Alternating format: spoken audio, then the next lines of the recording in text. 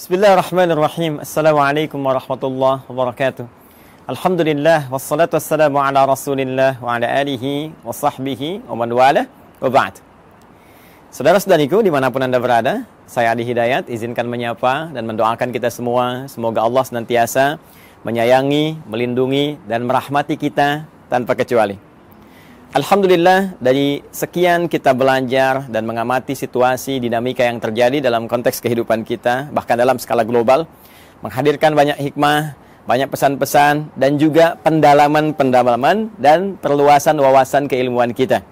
Di antara itu, ada sebagian kawan juga yang bahkan banyak bertanya, banyak meminta terkait kejadian yang berlangsung di Palestina, yang sering kita uraikan, kita bahas, untuk mendalami kembali genealogi, ya, atau asal keturunan dari umat Yahudi. Edisi kali ini kita akan coba belajar bagaimana Al-Quran, hadis-hadis Nabawi Sallallahu Alaihi Wasallam memberikan informasi yang valid kepada kita tentang keturunan dari umat Yahudi, perilaku-perilakunya, dan juga diksi-diksi Al-Quran yang sangat indah, yang bahkan mengajak seluruh manusia, terkhusus juga dari kalangan umat Yahudi, untuk kembali pada jalur-jalur kebenaran dan menampilkan realitas yang terjadi sepanjang zaman. Seperti apa uraiannya? Ini yang coba kita akan kaji di kesempatan mulia ini, insya Allah. Baik, untuk menemukan jawaban tadi, kita harus menggali dulu secara genealogi, garis keturunan, baik ke atas ataupun ke bawahnya. Dari mana kemudian umat ini muncul, seperti apa perjalanannya, bagaimana karakteristiknya, dan seperti apa kita merespon dalam konteks kehidupan global ataupun konteks kehidupan kita, ya, secara individual dalam konteks berinteraksi di sosial kehidupan kita saat ini. Baik, saya akan mulai teman-teman sekalian dari Abul Anbiya dulu ya. Abul Anbiya, bapaknya para nabi. Ya, gelar ini diperoleh oleh Khalilullah yang sangat dekat dengan Allah Subhanahu wa taala, yaitu Nabi Ibrahim alaihi salam, ya. Nabi Ibrahim. Baik, saya tuliskan dulu seperti ini. Ya kan? Nabi Ibrahim alaihissalam. Baik, nanti ini ada jalur keturunan ke atas, teman-teman sekalian. Ya, ada jalur keturunan ke bawah ke sini. Nah, jalur keturunan ke atasnya kalau kita sambungkan misalnya kan. Nah, ini yang walaupun ada perdebatan kita tuliskan dulu ya, dari Azar, kemudian ke Teruh, kemudian ke Abir, ya, tuliskan begini Abir. Nah, ini Abir ini nanti ada yang mengaitkan juga dengan bahasa Ibrani yang saat Nabi Ibrahim tinggal di Padan Aram, ya, yang sekarang itu wilayah Irak, dulu dikenal dengan Babilonia. Nanti kita turunkan juga, ya. Kemudian bin Azar, bin Taruh, bin Abir, kemudian bin Kenan, bin Arfakhshad. Tuh, ini penting sampai ada alarm tuh di komplek. Arfakhshad. Nah. Bin Azar, bin Taruh, bin Abir, bin Kenan, bin Arfakhshad, bin Sam. Kemudian di sini Sam. Nah. Kemudian bin Nuh alaihissalam. Nuh alaihissalam. Ayo teman-teman sekalian ya. Nah. Jadi ini Nabi Ibrahim alaihissalam, ya, keturunan tentunya nanti akan ketemu dengan Nabi Nuh, dan Nabi Nuh pun akan tersambung kepada Nabi Adam alaihissalam. Tapi kalau kita bahas ke atas terlalu jauh nantinya ya. Jadi kita cukupkan sini dulu. Jadi Ibrahim alaihissalam, bin Azar, bin Taruh, bin Abir, bin Kenan, bin Arfakhshad, bin Sam, bin Nuh alaihissalam. Ya. Dan Nabi Nuh alaihissalam ini nanti akan melahirkan generasi yang terus nanti berkembang, ya, menebar keturunannya, generasinya di muka bumi yang sekarang kita menjadi bagian dari keturunannya. Ya, terutama dari 3 keturunan beliau. Ya, ini Nabi Nuh alaihissalam kan dalam sejarah disebutkan setidaknya ada 4 kan ya. 4 dari anak keturunan, 1 Kan'an, ya. Nah, ini yang kemudian tenggelam dalam banjir besar karena beliau tidak mengikuti arahan ayahandanya, ya. Kemudian juga nanti ada Sam. Nah, ini yang ke sini keturunan Nabi Ibrahim alaihissalam, nanti dari sini ya, tarik jalur ke atas. Dari Sam, kemudian ada Ham, kemudian ada yang keempat Yafith, ya, Yafith. Nah, ini teman-teman sekalian 3 ini nanti yang akan berkelanjutan mengikuti Nabi Nuh alaihissalam yang naik ke kapal besar itu, ya, kemudian melewati berbagai rintangan saat terjadi banjir besar, dan kemudian mendarat dan melahirkan keturunan dari sini sampai ke populasi manusia hingga saat ini. Ya, dari Sam ini nanti melahirkan diantaranya bangsa Arab, ya. Kalau mau kita rinci lagi, teman-teman sekalian, misalnya di sini nanti ada Asyur, ya, seperti ini. Yang nanti ada Assyria, yang ada Babil, yang Babilonia, nanti yang Fadan Arab. Kemudian nanti ada Aram, ya, ada Finit, ya, nanti satu garis nanti ke Ham, ini melahirkan Afrika. Kemudian juga nanti ada Kanaan, Kanaan, ini Palestina, ya, dan sekarang Palestina atau Filistin. Nah, ini yang Babilonia, yang Irak, ini yang Aram, ya, Aramaik ke wilayah Syria yang ke sebelah sana. Ini Asyur, Assyria, Finit nanti ke sebagian, nanti ketemunya dengan jalur Ham nih, yang di Afrika. Kemudian ada Kaldan. Nah, ini Irak kuno, teman-teman sekalian. Kemudian juga ada Ibrani.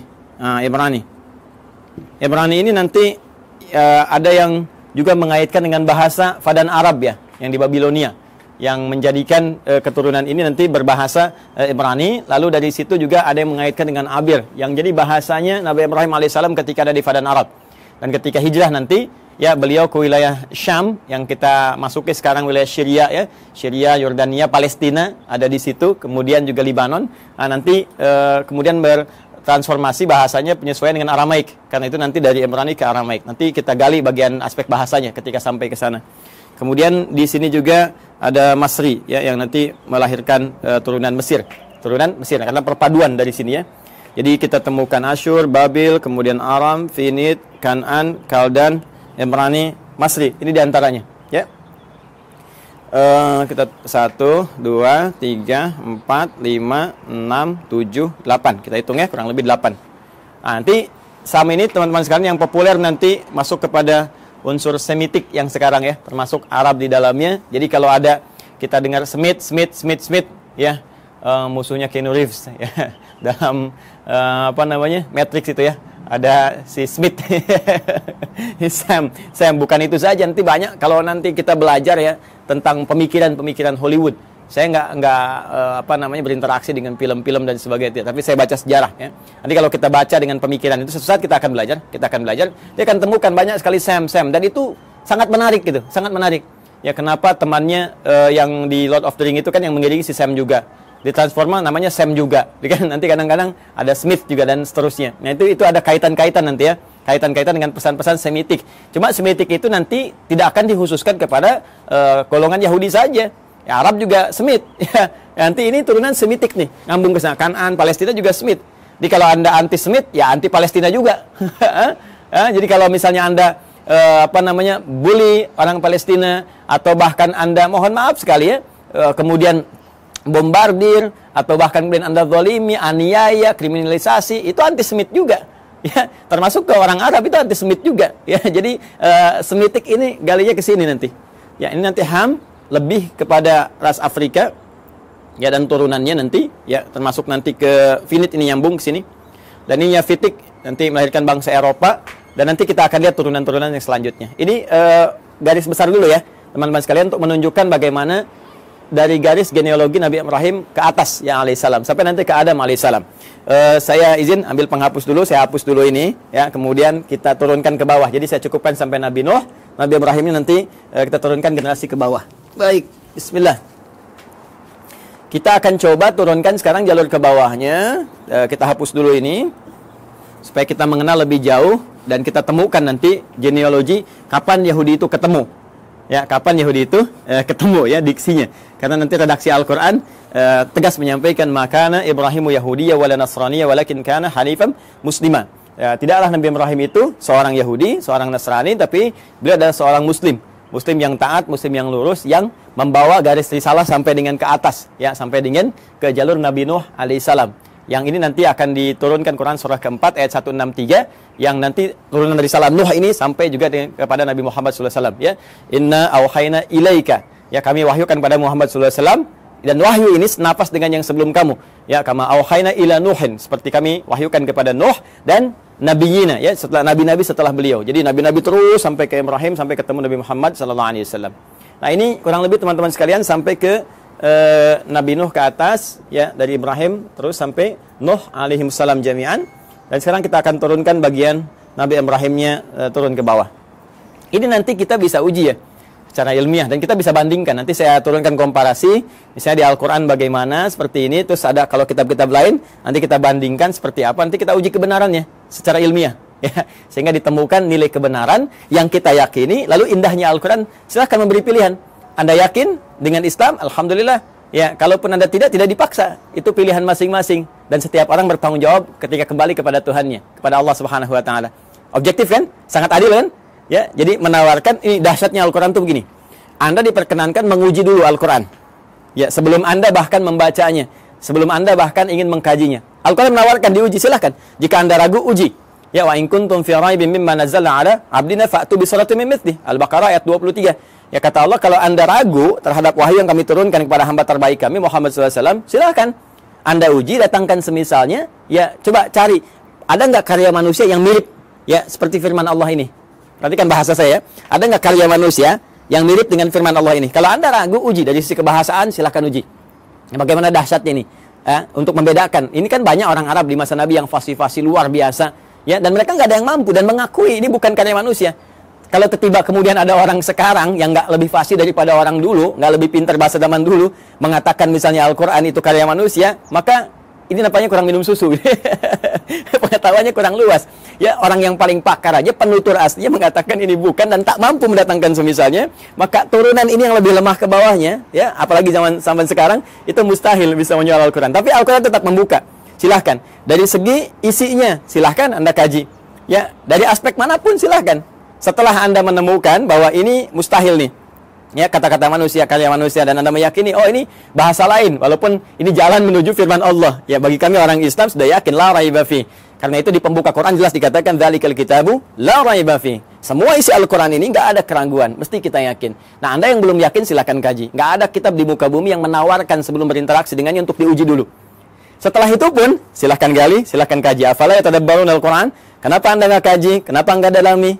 Kenapa Anda tiba-tiba menyoal yang Anda tidak tahu? Ini kan menarik. Ya, ada yang nuduh, ini Quran rekayasa, ini Quran produk budaya. Baca Quran aja enggak? Dikaji juga enggak? Ini sisi ilmiahnya di mana? Ya, kita kan menyimpulkan sesuatu setelah kita lihat dulu, analisis dulu, baru kita simpulkan. Ini ngaji enggak, baca enggak, menganalisis tidak, atau cuman lihat, cuman baca, tapi nggak paham artinya, lalu menyimpulkan. Ini kan menarik ya. Maka silahkan teman-teman sekalian. Nah, nanti dari sini Quran menawarkan, Quran memperbandingkan, ada komparasi, dan Quran juga mengatakan silahkan cek, silahkan uji, silahkan bandingkan.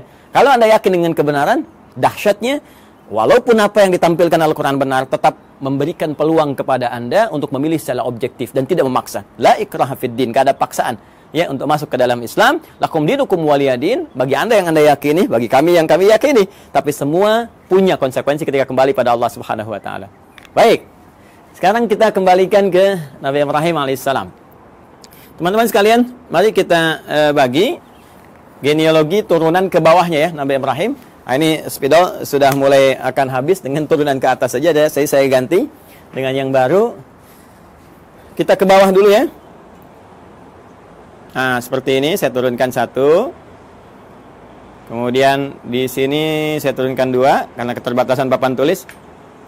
Ustadz, kenapa nggak yang lebih besar aja papan tulisnya supaya banyak? Begini Nona, begini Tuan, begini Joni, Cepi dan kawan-kawan sekalian. Ini akses naik ke rooftop di Quantum Mahir Institute. Pintunya hanya cukup untuk yang ini. Insya Allah nanti kita sesuaikan. Mungkin dari bawah kita tarik ke atas agak panjang. Ya, Bismillah teman-teman. Ini 3, ini 4. Saya cukup-cupin ya.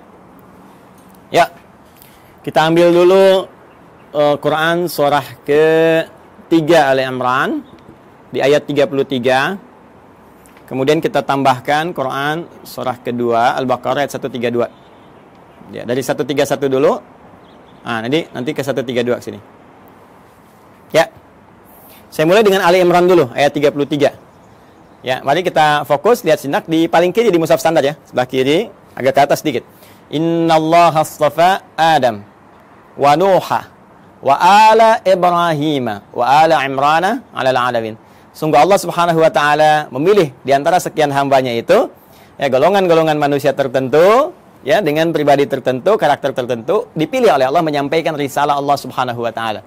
Ya, di antara mereka adalah ya, manusia pertama Adam alaihissalam sebagai penata pondasi awal kehidupan manusia di muka bumi. Innallaha astafa Adam wa Nuha. Nah, ini kemudian rasul pertama. Kalau Adam tadi nabi pertama, kemudian Nuh alaihissalam rasul pertama. Yang ini saya turunkan ini, ya.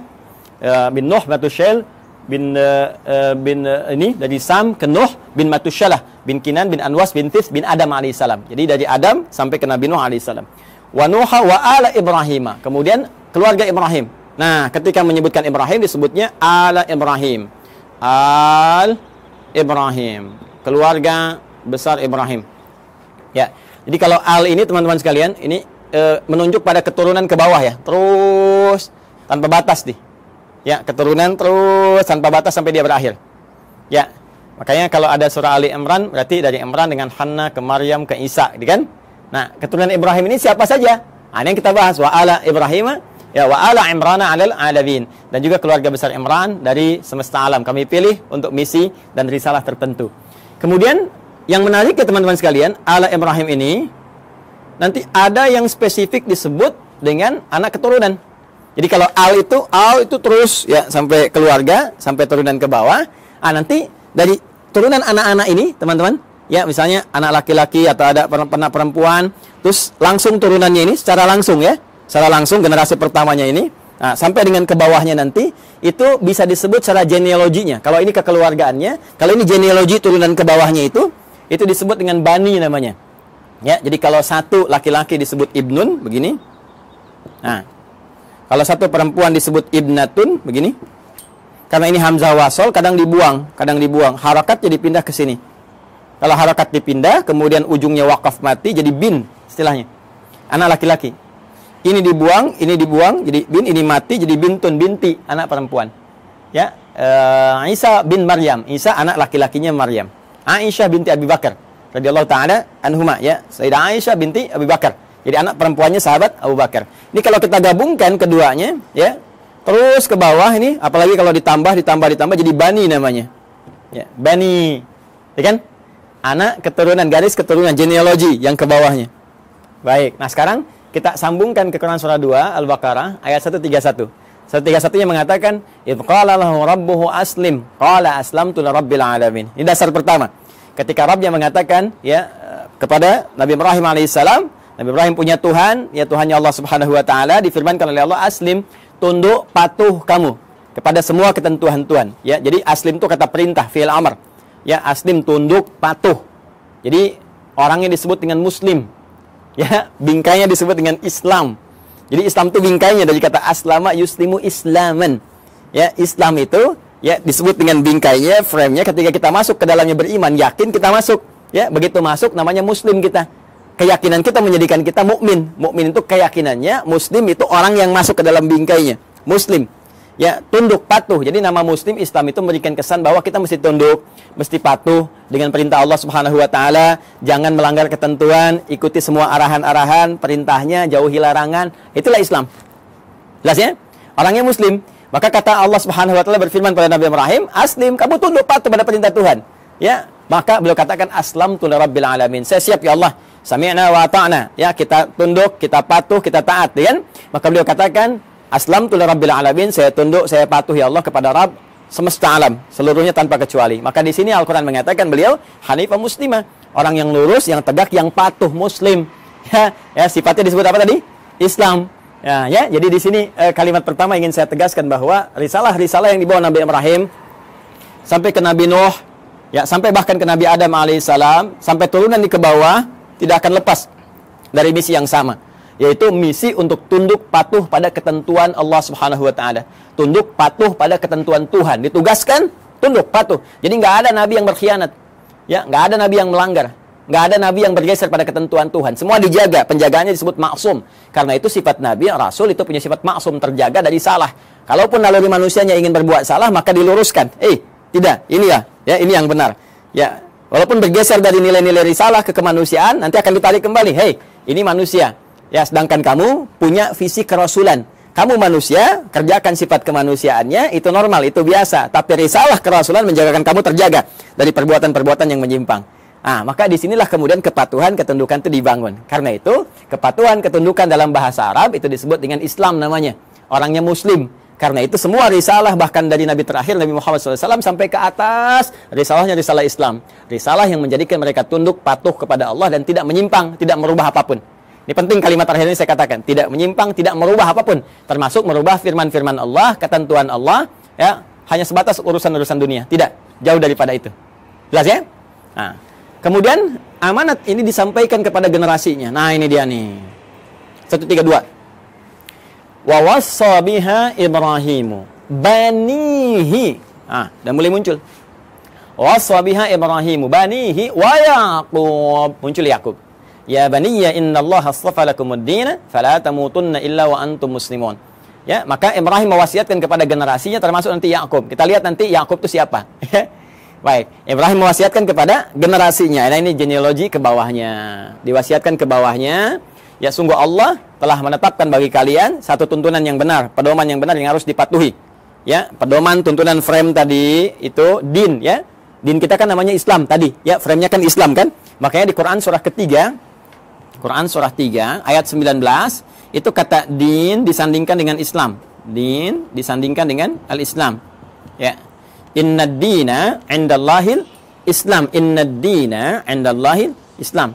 Tadi frame-nya disebut Islam, kalau kita masuk frame ya ke dalamnya, karena yakin patuh, tunduk, ya yakin tanpa ragu disebut iman, orang yang mukmin atau amanah atau amanu. Jadi begitu kita masuk disebut ya ayyuhalladzina amanu. Frame-nya disebut Islam. Kalau sudah masuk mesti tunduk, patuh untuk mengerjakan semua ketentuan. Makanya nanti semua ketentuannya disebut silmi namanya. Quran surah kedua ayat 208. Ya ayyuhalladzina amanu, ay orang yang telah yakin ya tanpa ragu, udkhulu fis silmi. Maka tunaikan semua ketentuan-ketentuan dalam frame ad-din ini. Apa frame-nya? Islam. Artinya harus tunduk, harus patuh. Ya, karena itu di lain kesempatan Nabi Ibrahim menyebutkan di Quran surah kedua ayat 132, ya innallaha astafa lakumuddin. Allah telah memilihkan bagimu frame kehidupan yang ada pedoman di dalamnya, yaitu Islam. Patuh, ya. Ke siapa ini disampaikan? Banihi. Bani, kepada keturunan-keturunannya, anak-anaknya secara genealogis, ya. Nah, ini dia yang secara genetik kita akan turunkan. Siapa anak-anak ini? Bahkan di ayat ini diberikan kisi-kisi, salah satunya ada Yaqub. Siapa Yaqub itu? Kita yang coba akan turunkan, teman-teman. Baik, izin saya hapus dulu ini. Yang ini saya hapus. Ya, supaya nanti kita mudah menurunkan keturunan secara genetik dari yang ini dulu. Bismillah, Nabi Ibrahim alaihissalam, beliau kemudian menikah. Ya, diberikan jalan oleh Allah Subhanahu wa taala untuk menampilkan risalahnya dan supaya risalah itu terus ya menyebar, meluas dalam generasi-generasi selanjutnya yang melanjutkan risalah ayahandanya tercinta yaitu Abul Anbiya. Maka Allah berikan kemudian jalan untuk pernikahan. Nah, ini jalurnya untuk menikah, ya bukan hubungan sembarangan gitu ya. Maka adalah kemudian perempuan yang sangat luar biasa terhormat. Terhormat, perempuan baik, suci, akhlaknya mulia dan cantik jelita. Nah, ini jarang sekali yang seperti ini, itu Sayyidah Sarah. Ya. Masih di Padan Arab nanti ya, di Babilonia nanti bertemu jodohnya dengan beliau. Kemudian nanti di sini ada Sayyidah Sarah binti Am al-Khalil. Am al-Khalil. Am al-Khalil ini binti pamannya Nabi Ibrahim sendiri. Jadi Nabi Ibrahim punya saudara, punya paman juga, nanti punya anak namanya Sarah, perempuan, nanti menikah. Ya. Makanya disebut Sarah binti Am al-Khalil. Ya. Sarah binti pamannya Nabi Ibrahim sendiri atau saudaranya ke atas ya, nanti di Babilonia dinikahkan nanti dengan ini, nanti kita akan turunkan.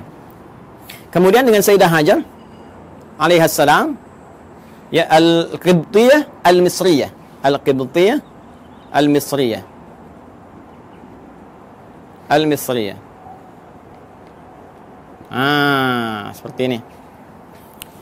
Baik, umumnya manusia saat ini atau kebanyakan itu kan orang-orang saat ini mengetahui dua ini ya, Sayyidah Sarah, Sayyidah Hajar, Sayyidah Sarah, Sayyidah Hajar, istrinya Nabi Ibrahim.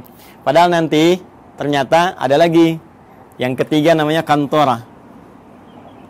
Kantorah bin Yaqtan, binti Yaqtan. Kantorah binti Yaqtan. Ini dia. Ada Kantorah binti Yaqtan. Ketiga dikenal juga dengan Kantura ya, Kantura, bukan Pantura, ingat ya, Kantura. Kantorah ya. Dan yang ini yang keempat di sini Hajun. Sayyidah Hajun binti Al-Amin. Masya Allah.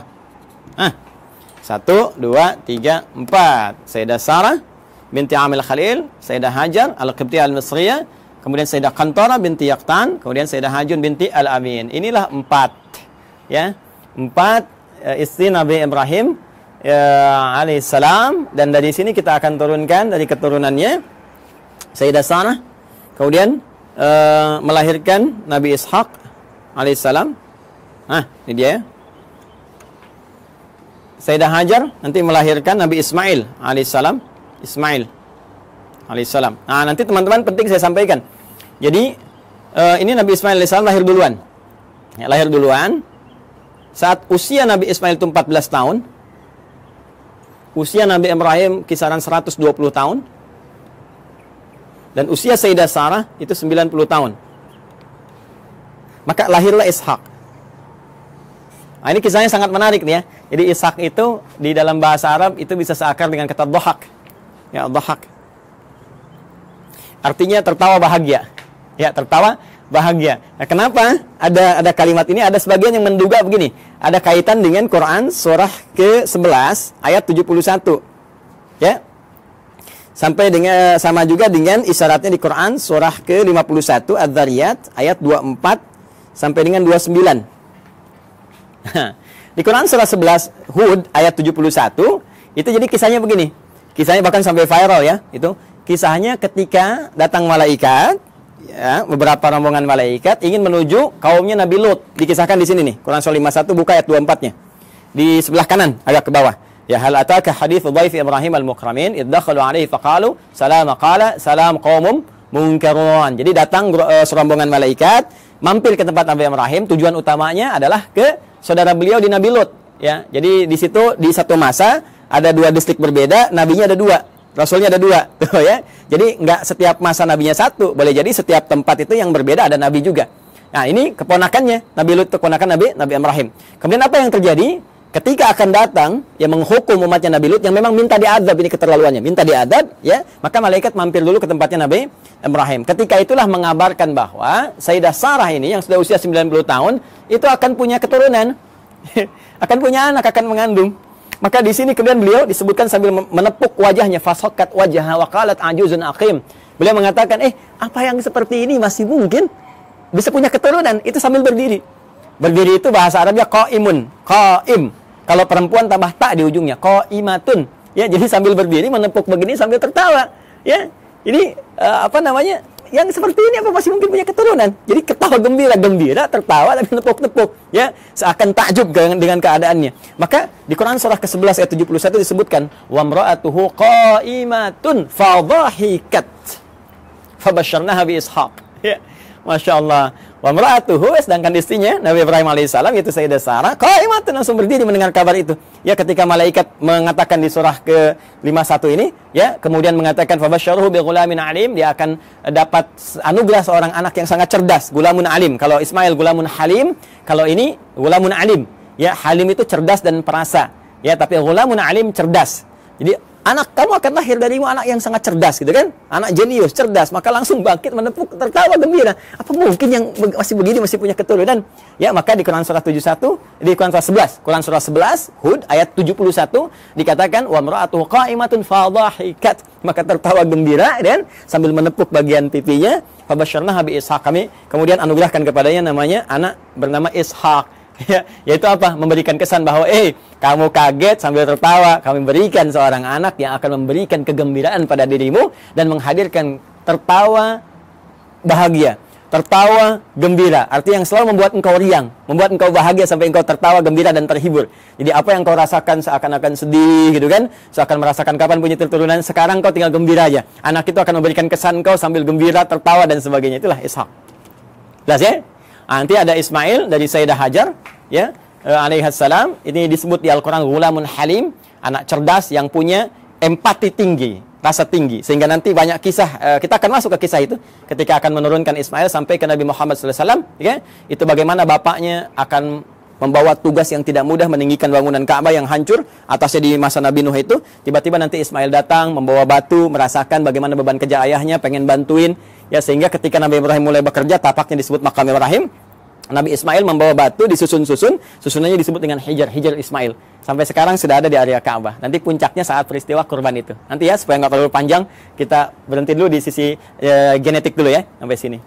Nah, dari Kantorah, Sayyidah Kantorah, ini juga nanti menurunkan ada keturunan-keturunan. Ya, diantaranya nanti satu, Madian. Nah, nanti teman-teman pernah dengar Nabi Musa alaihissalam ketika dikejar-kejar ya, prajurit Fir'aun, ya, dalam peristiwa itu kan pergi ke Madian dulu kan. Nah, ini nanti ada keturunan dari Sayyidah Kantorah. Kemudian ada Madian, ada Zamran. Ya. Kemudian yang ketiga ada Suraj. Nah, kemudian juga kita temukan ada Yukshan. Nah, atau Yakshan, boleh dibaca Yakshan, Yukshan. Kemudian juga yang kelima ada Nasak atau Naksan. Ya, Nasak ya, atau ada yang menyebutkan Nakshan, ada yang menyebutkan Nasak ya. Yang keenam sebetulnya ada 6 anak, cuma yang 6 tidak diketahui, tidak disebutkan. Jadi di Madian, Zamran, Suraj, Yukshan, Nasak, dan yang keenam ini tidak disebutkan ya. Referensi ini, teman-teman, referensi yang ini ditemukan di kitabnya. Namanya kita kasih ya sumbernya, supaya nggak dikira ini ngarang-ngarang gitu kan, tak atik nih. Nama kitabnya At-Ta'rif wal A'lam. Karya siapa? Syekh Abul Qasim As-Suhaili. Nah, ini bukan hanya saya yang pertama menyampaikan, bahkan dikutip pertama kali nanti yang di dalam satu kitab yang populer, nama kitabnya Al-Bidayah. Al-Bidayah wan Nihayah. Karya Al-Imam Ibnu Katsir. Kalau sama dengan cetakan yang kami jadikan referensi itu ada di jilid 1 halaman 407. Ya. Ini nanti disebutkan yang 5, cuma yang 6 nggak disebutkan. Ya, jadi ini ada Madian, Zamran, Suraj, Yaksan, kemudian Nasak, teman yang ke-6-nya tidak disebutkan. Ya, kalau ada perbedaan sedikit tipis ya, kayak ini misalnya Nasak ada disebutkan Naksan, ini Yakshan, ada yang Yukshan, itu bacaan-bacaan di ahli bahasa atau ahli terjemah saja. Kemudian dari Hajun ini juga ada Kisan atau Kaizan, gitu kan? Kemudian ada Suraj, namanya sama dengan ini, Suraj. Kemudian yang ketiga ada Amim, ada juga yang menyebutnya Umaim. Ya, seperti ini. Ada Kaisan, ada Suraj, ada Amim atau Umam. Yang keempat Lutan.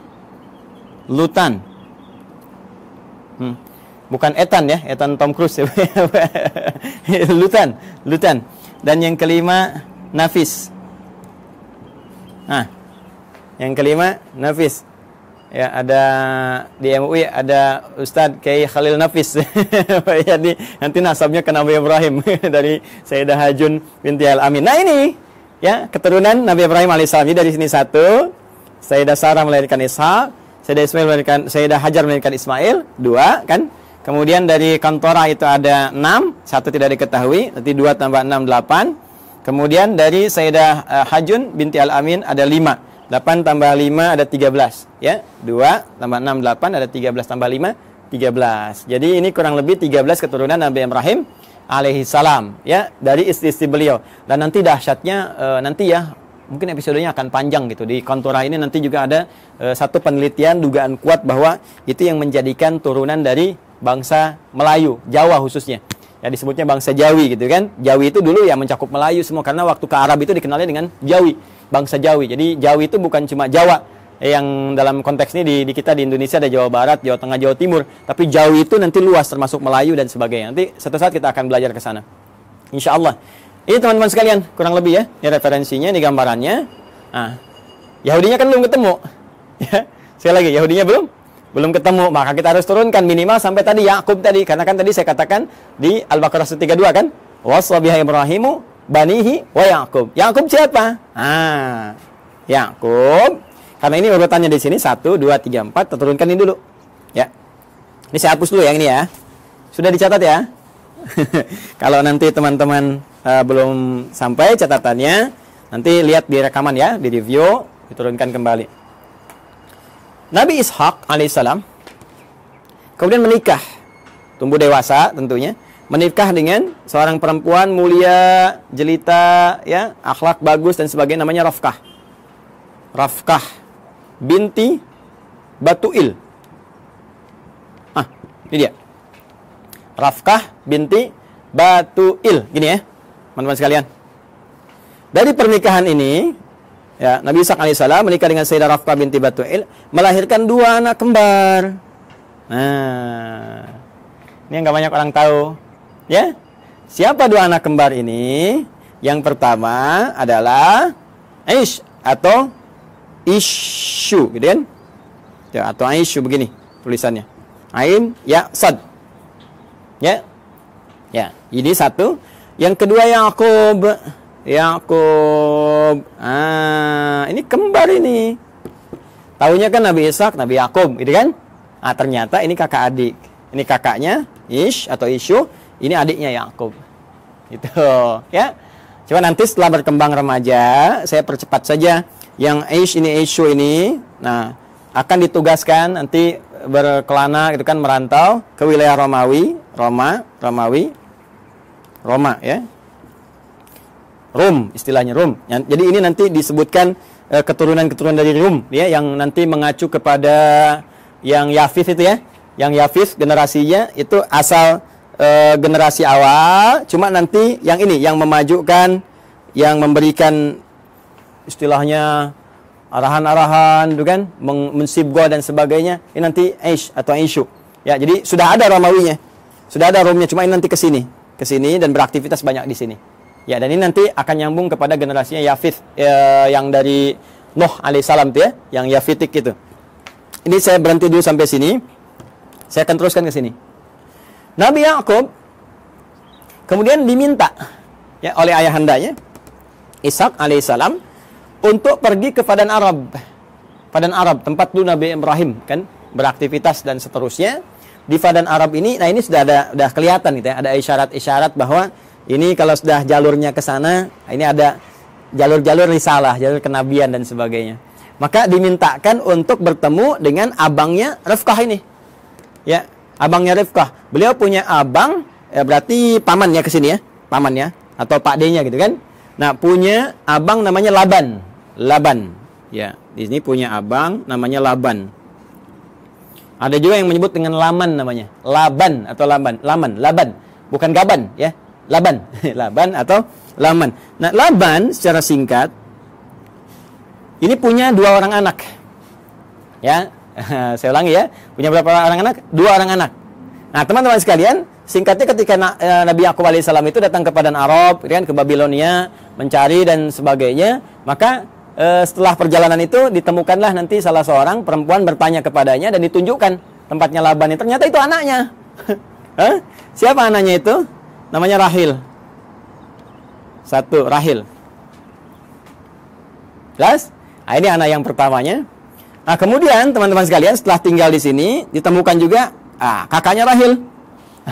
Jadi yang pertama bertemu dengan Rahil dulu. Ini adiknya, adik. Nah, kemudian yang kedua bertemu dengan kakaknya Rahil, dipertemukan dengan kakaknya Rahil, ya. Siapa namanya? Nah, kakaknya Rahil ini namanya Laya, kan? Laya atau juga ada yang menyebut dengan Lea. Ini kan? Laya atau Lea. Nah, secara singkat ternyata beliau ini ditugaskan untuk menyampaikan pesan kepada Laban supaya ini bisa besanan. Nabi Ishaq bisa besanan dengan Laban. Maka dimintalah untuk menikah, memilih salah satunya. Ya, memilih salah satunya, walaupun ada riwayat menyebutkan Nabi Nabi Yakub ini nanti ditawarkan untuk menikahi dengan Laya dulu, kakaknya dulu. Ya, jadi ini kakak didahulukan. Kemudian beliau kan seorang yang sangat perasa ya. Yakub itu punya keunggulan yang luar biasa. Ya, beliau seorang yang sangat dekat ya dengan Allah, rajin ibadah. Kemudian lebih daripada itu juga sangat merasakan tidak ingin menyinggung orang, ya, curhatnya diserahkan kepada Allah sehingga orang-orang banyak nggak tersakiti. Jadi ini yang menjadikan beliau daripada nanti satu menikah, yang lain merasakan nggak nyaman, maka mengajukan dua-duanya aja dinikahin. Ya kan? Nah, ini belum turun syariat yang di era Nabi Muhammad SAW, turunnya Quran surah keempat An-Nisa ayat 23, larangan menikahi kakak adik. Ya, wa antajma'u bainal ukhtaini illa ma qad salaf. Paling kanan sebelah bawah di mushaf standar ya. Wa antajma'u bainal ukhtaini illa ma qad salaf. Dilarang bagi kalian untuk menikahi kakak adik ya secara langsung kecuali yang dulu pernah terjadi. Ya, karena keadaan sekarang beda. Dulu orang bisa mengendalikan, bisa tahu, bisa paham dan untuk menjaga keturunan yang sangat terbatas keadaannya pada waktu itu. Sekarang sudah banyak menyebar. Makanya dilarang sekarang menikahi kakak adik dalam satu mahram. Ya dulu masih berlaku illa ma qad salaf. Maka dinikahilah kemudian Layya, ini pertama kali.